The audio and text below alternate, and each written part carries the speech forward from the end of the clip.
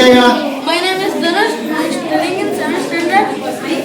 Mic off ಆಗಿದೆ. My school name is JSPS. Charger ಖಾಲಿ ಇದೆ ಅನ್ಸುತ್ತೆ. My stall name is Omeo. Omeos are two words sound or spelled the same and sound. Different meaning. Omeos same sound, same different ಮಾತ್ರ meaning. Example: bank. Bank ಒಂದು ನದಿ ತೀರ, ಇನ್ನೊಂದು ನಾವು bank ಹೋಗೋದು. ರೈಟ್ ಒಂದು ಬಲಗಡೆ, ಒಂದು ಸರಿ. ರಿಂಗ್ ಸುರುಳಿ, ಉಂಗುರ.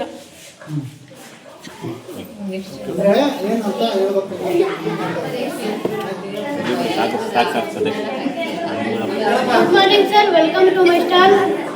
Good afternoon sir, welcome to my stall. My name is Akash. I am studying in 7th standard. My school name is JSPS Sanangnalli. My stall name is homophones. Homophones is a word that sounds the same as another word but has a different meaning and spelling. Homophones words, same sounds, different meaning and spelling. Example: week. Week ಅಂದ್ರೆ ಒಂದು ಅರ್ಥ ವಾರ.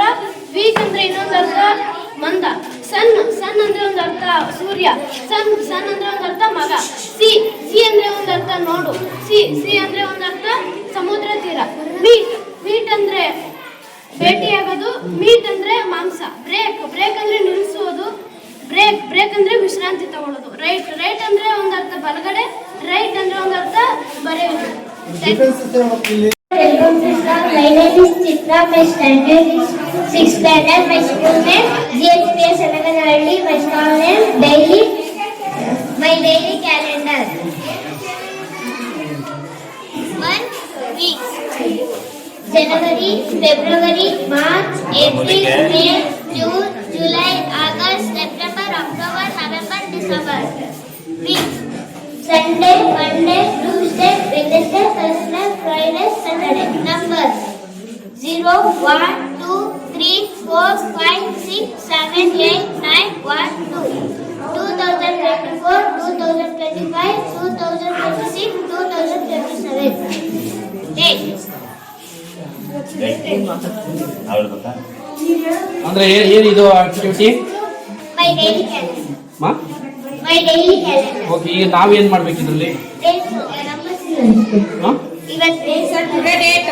ಇವತ್ತು date ಹೇಳ್ಬೇಕು. Okay, 14th. ಅದನ್ನ ತಗೋತಾ ಇದ್ದೀರಾ? ಒಂದು ಮ್ಯಾಚ್ ಮಾಡೋಂಥದ್ದ ಇವತ್ತು ಡೇನಾ? ಅದನ್ನು ಹೇಳೋಂಥದ್ದು ಮಾಡೋಂಥದ್ದು. Okay, year 2025. month 11 November. Today is Friday. tomorrow will be Today is Friday. Yesterday is Thursday.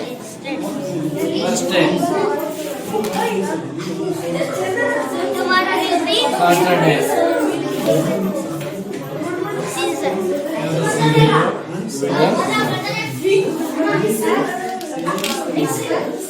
season. Weather. Cool. Sir, season winter. Winter season. Weather. Weather. Okay. Cool. My friend is very good.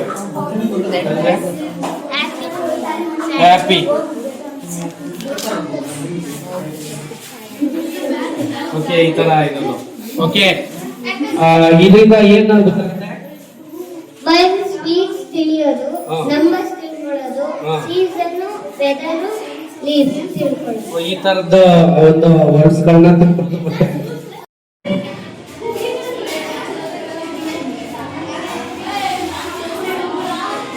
JSPS Sanangnalli